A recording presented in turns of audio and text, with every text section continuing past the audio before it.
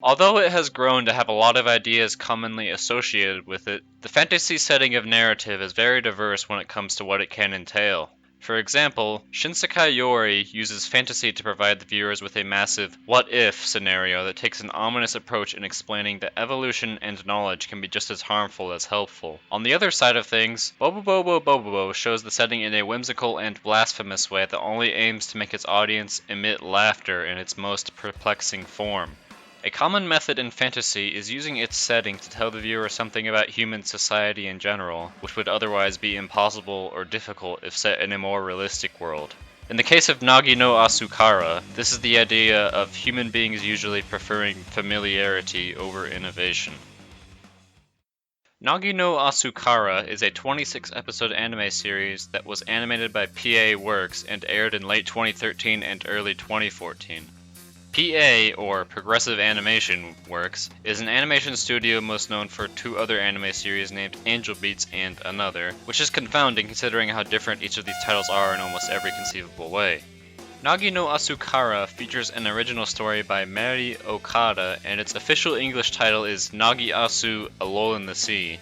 I, as well as possibly many others, would have preferred if the official English title were the literally translated Japanese one, From the Calm Tomorrow. I say this because From the Calm Tomorrow, while being less descriptive than the official title, is a lot easier to say out loud. It has a more intriguing aura to it than its chosen brethren. The narrative of Nagi-Asukara centers on four middle school students who are born and raised in the sea, as they are abruptly shoved onto the surface world. This happens because their local school decided to shut down for no apparent reason. Hikari Sakishima is the main protagonist of the series. He's comparable in a lot of ways to Naruto Uzumaki, mainly because he thinks in far larger terms than what he is normally capable of, and often resorts to forceful acts whenever something doesn't go precisely the way that he wanted it to. He's different from a lot of the typical anime protagonists in that he is extroverted. Hikari does not adhere in any way to the passive, complacent reputation that anime protagonists have come to garner, especially since the rise of the moe style. The fact that Hikari is extroverted brings a lot in the idea that nihilism and passivity are not the source of his internal conflicts. However, he does not present a rash, repetitively uncompromising demeanor that tends to accompany personalities of his type and age. Hikari is not afraid of rewriting his basic principles of perception, and this is partially the reason that he is the protagonist, since protagonists are usually the variable when it comes to character casts. Hikari is no exception to this adage, and the audience is allowed to see everything glorious, as well as everything shameful that comes along with the rebalancing of one's own mindset.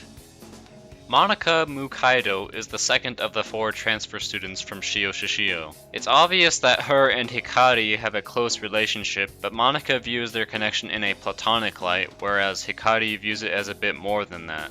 Unreciprocated feelings aside, Monika shows a trend towards silliness while showcasing her fragility at the same time.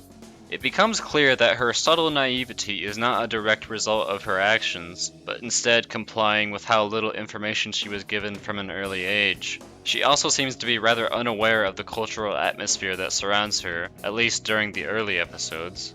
Monika is a dynamic character, but not in the same way as Hikari. Her transformation as a character seems a lot less detailed than the protagonists, but is still important nonetheless. From her, the audience is shown the point of view of someone more connected spiritually to the events around her. Chisaki Hiradaira is the third of the four students from Shio Shishio. She appears to be more confident in her actions than Monika, but is still a lot more susceptible to input from others than her. When it comes to taking action, Chisaki has a great deal of problems. She's afraid of causing any sort of change around her, because she isn't sure what the change will bring or if she will have approval for its results. She doesn't receive a whole lot of characterization throughout the whole series. Kaname Isaki is the final transfer student from Shio Shishio. His main attitude towards most things proves to be one of apathy, or at least he acts like it is. His main message as a character is probably something along the lines of, people are not limited to what they show at face value. Like Chisaki, he never gets the feeling of being a fully three-dimensional character. Tsumugu Kihara is a boy raised on the surface that befriends the four Shio denizens. He compliments the others in that he is aware of literally everything that is important to the plot of the show. He's quite blunt and coldly logical at times, but it would take some massively sophistic leaps in judgment to conclude that he is being rude because he enjoys it. Akari Sakishima is Hikari's older sister. She does not bring much in terms of personality, other than being sure of her actions and intentions, as well as having a great deal of compassion for those important to her. Miyuna Shiodome is an elementary school girl that meets the other characters as a result of her showing discontent for the Shio people in general. Being reserved and dependent in her behavior, she relies heavily on others to lead her, and usually sticks to the trail of a certain movement, instead of being at the head of it. Her lack of arduousness towards commitment proves to be a major conflict later on in the story, as she's suddenly forced to act on her own. Sayu Hisanuma is Miyuna's best friend. Whenever the two of them do anything together, Sayu is usually the one to set things in order or perform the majority of an action. Sayu is seen by the other characters as trite or non-sentimental. Coinciding with basically every other character in existence to act like this, Sayu's usual behavior is merely a facade she uses to conceal her true moniker. Uroku is a man who resides in Shio that claims to be a scale of the sea god. He's capable of causing a few smaller supernatural phenomena, but he is still highly limited as far as his powers go, being that he is not a true god. He comes off as arrogant in his treatment of his underlings, and has a substantial amount of wisdom to show for it. Despite his elevated stance, he is still just as lost as the other characters in relation to the events of Nagi-Asu. The majority of this series details the subject of traditionalism, its pros and cons, and what effects it commonly has on people who become defined by it. This concept is verbally alluded to countless times throughout Nagi-Asu when the characters talk about changing, what it means to them, and whether it is of preference to them. This is shown most elegantly through Hikari, since the audience is given many details surrounding his dynamics and the in-depth thought that go into him deciding to change his preconceived notions. The show does a very good job with his character in general, because he is both relatable and full of traits that make him enthralling to watch as he proceeds throughout his day. The way that the four main characters interact with one another is also set up quite well. It's rather obvious from the first episode that each of them have a long-reaching history to them, and that they mean a lot to each other. Unfortunately, there isn't much emphasis placed on specific interactions between these characters, since the show is so packed with characters that a fan of the Wheel of Time would probably feel at home when watching this show. If the story wasn't so overpopulated with characters, or if there were more episodes, then it wouldn't seem as unfocused as it is. Then there's another idea that Nagi-Asu has floating around regarding racial relations.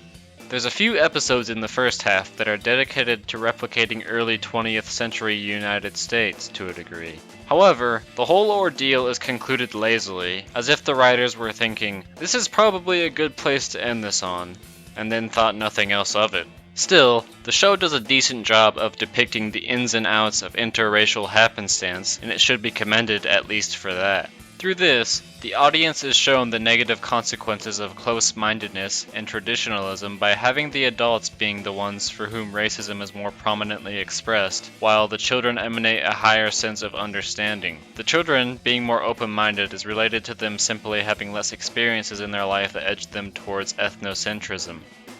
The show's emotional aspect is also worthy of exposure.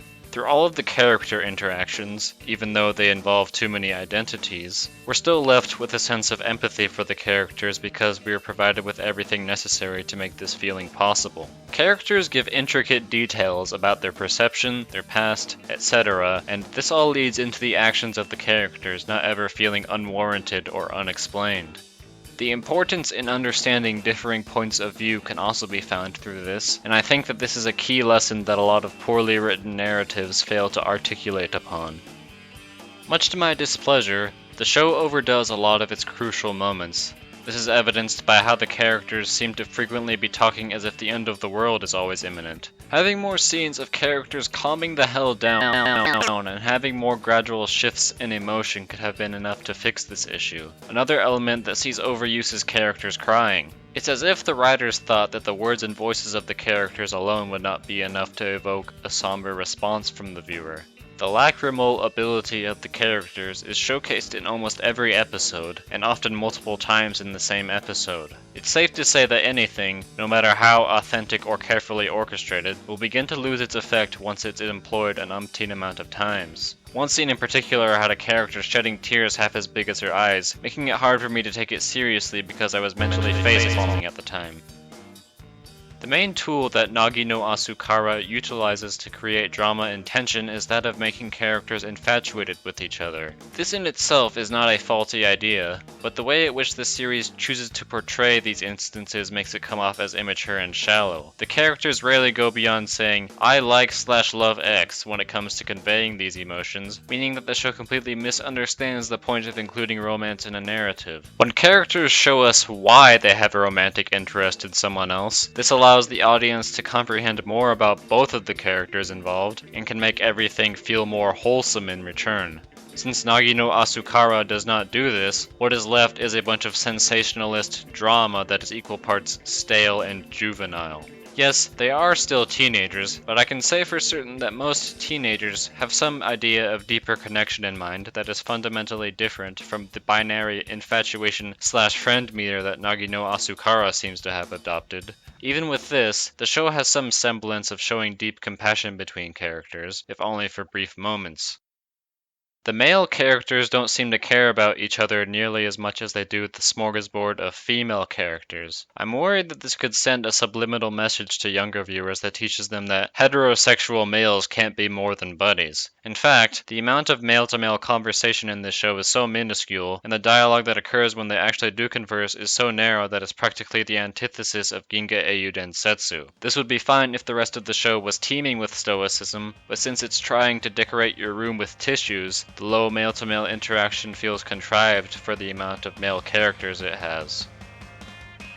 PA Works delivers exceptionally stellar animation in Nagi-Asu. It's safe to say that water is one of the more difficult things to animate, and the fact that it was done so well here makes the show's scenery marvelous to look at. The remainder of the animation doesn't miss a beat. I literally cannot think of a single part over all 26 episodes in which anything looked unnatural or choppy. I can't remember a whole lot about the soundtrack, other than that there's one song with a piano intro that made it sound like it came from Clannad. The remainder of the tracks fit pretty well with the setting, but they aren't greatly memorable. The voice actors put droves of emotion into their speech, and hold back when necessary, so nothing too noticeable there. Nagi-Asu is a decently qualitative and entertaining production that keeps the attention of the viewer throughout its entire running time by utilization of a variety of methods. It fulfills its ideas about traditionalism well, and does a great job of having the audience connect with its characters who are flawed, but still likable.